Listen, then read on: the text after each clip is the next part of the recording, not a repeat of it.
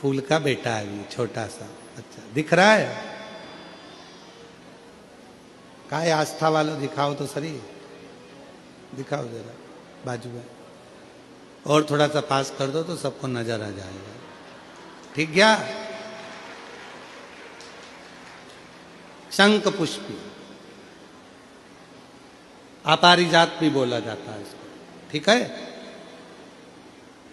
हर हर विराजो विराजो। तो एक पुष्प अपन कहते हैं, हमारे भगवान देवादिदेव महादेव को, भगवान शंकर को बड़ा प्रिय है ये पुष्प। अब किसी से पूछा जाए, आप कह रहे हो कि शंकर भगवान को ये नीला फूल, ये शंख पुष्पी भगवान शिव को इतनी प्रिय क्यों है, भगवान शंकर को इतनी प्रियता क्यों है? कोई से पूछे तो वो बताए चाहे ना बताए, पर शिव महापुराण का संवाद कर रहे हैं। कंठ में स्वयं मां जगत जननी ने 10 विद्या में से एक मां को याद किया, और मां तारा का एक स्वरूप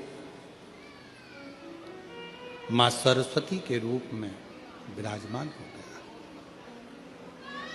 कंठ में रहने से विष की तपन के कारण, कंठ में रहने से विष की तपन के कारण उनका स्वरूप नीला पड़ गया।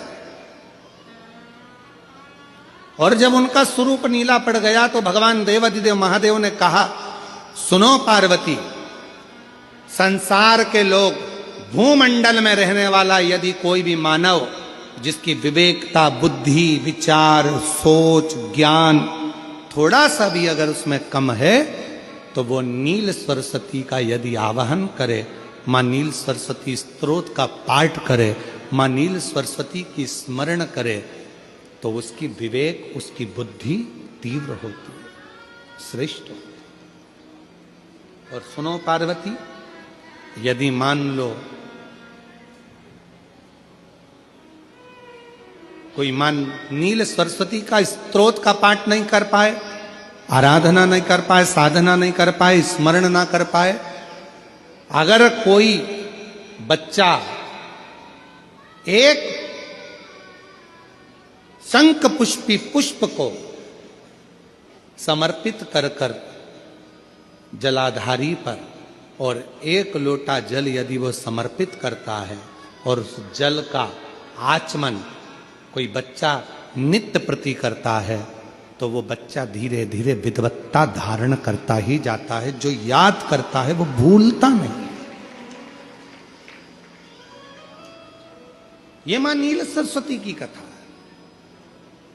2 सरस्वती का दर्शन आपको और हमको होता है, 2 सरस्वती का स्मरण आप और हम करते हैं। एक सरस्वती जो स्वयं श्वेत वस्त्र धारण करी है, हंस पर बैठी हैं, और बड़े आनंद के साथ में मां सरस्वती का सुंदर स्वरूप है।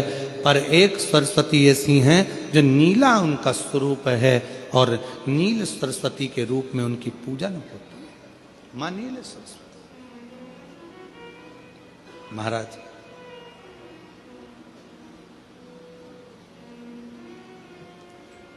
जैसे कोई कोई बच्चे ऐसे होते हैं कि जन्म लेने के बाद में उनकी राल टपकती रहती है, विद्वान नहीं हो पाते, पलंग पर पड़े रहते हैं, पांव हाथ काम नहीं करते हैं, और डॉक्टरों का इलाज चलता रहता है, पर वो रिटर्न नहीं आ रहा है। ये इनको बढ़ाओ ना। बच्चों की मुख से राल टपकती रहती है, विद्वत्ता नहीं रहती, माइंड थोड़ा सा कमजोर होता है, और शरीर भी उनका थोड़ा शिथिल रहता है शरीर। तो कई लोग कह देते हैं कि ये बच्चा थोड़ा जल्दी जन्म ले लिया, इसलिए ऐसा हो गया, प्रीमेच्योर हो गया, ऐसा हो गया, वैसा हो गया। दवाइयाँ भी चलती हैं, इलाज भी चलता है, पर उसका कोई लाभ नहीं मिल पाता, और वो बच्चा पलंग पर पड़ा रहता है, राल टपकती रहती है, बुद्धि काम नहीं करती। छोटे छोटे, भले वो 20 साल का हो गया, पर 8-10 साल के बच्चों जैसी उसमें विवेकता होती है, बुद्धि होती है। मेरा निवेदन है उन माताओं से, थोड़ी मेहनत आपको करना पड़ेगी उस बच्चे के लिए। अष्टमी, नवमी और चतुर्दशी 3 तिथियां पकड़ कर रखना। कौन कौन सी? जम के बोलो। अष्टमी, नवमी, चतुर्दशी। ये 3 तिथियां ऐसी हैं, चतुर्दशी अमावस्या की भी और चतुर्दशी पूर्णिमा की।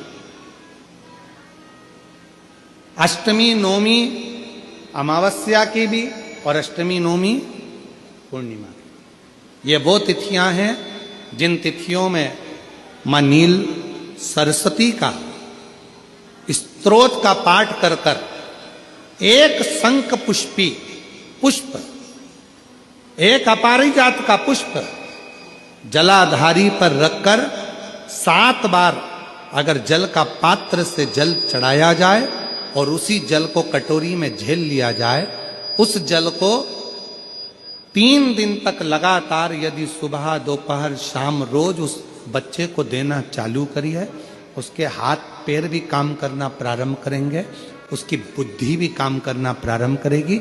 जो वो पलंग पर पड़े पड़े राल टपकाता रहता है, उसको लोग कहते हैं कि 18 साल का हो गया और दिमाग केवल 10 साल का है, 5 साल का है, उसमें धीरे धीरे बुद्धि प्रबल होना प्रारंभ हो जाएगी और वो भी एक दिन कार्य करना प्रारंभ कर देगा। जिसको प्रीमेच्योर बच्चे भी कहते हैं। लोग कहते हैं ये बच्चा जल्दी हो गया था, ये बच्चा बीमार पड़ गया था, बचपन में इसको कोई इंजेक्शन ऐसा लग गया था, बचपन में ऐसा हो गया था, बचपन में वैसा हो गया था, गर्भाशय का जल उसके मुख में चले गया था, तो ये बच्चे की ऐसी गति हो रही है।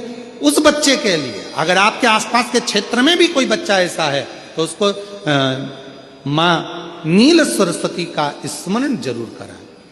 और अगर आप लोगों के पास में मां नील सरस्वती का स्तोत्र का पाठ ना मिले तो प्रयास करिएगा, मोबाइल पर सर्च कर कर मां नील सरस्वती का स्तोत्र भी निकाल सकते हो।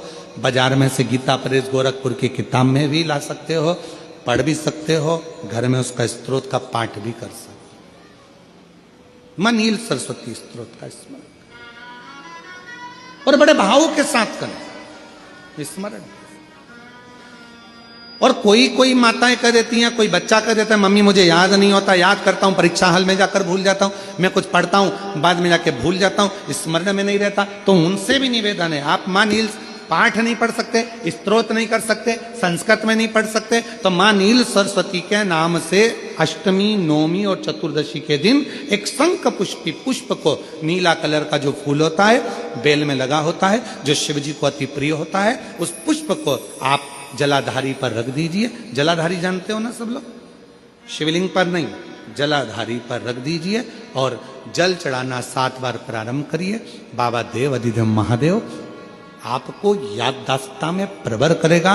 परीक्षा हॉल में जितना तुम याद कर कर गए हो, अच्छी मेहनत कर कर गए हो, तो भूलोगे नहीं, तुम्हारी बुद्धि तीव्र होती चली जाएगी, प्रबल होती चली।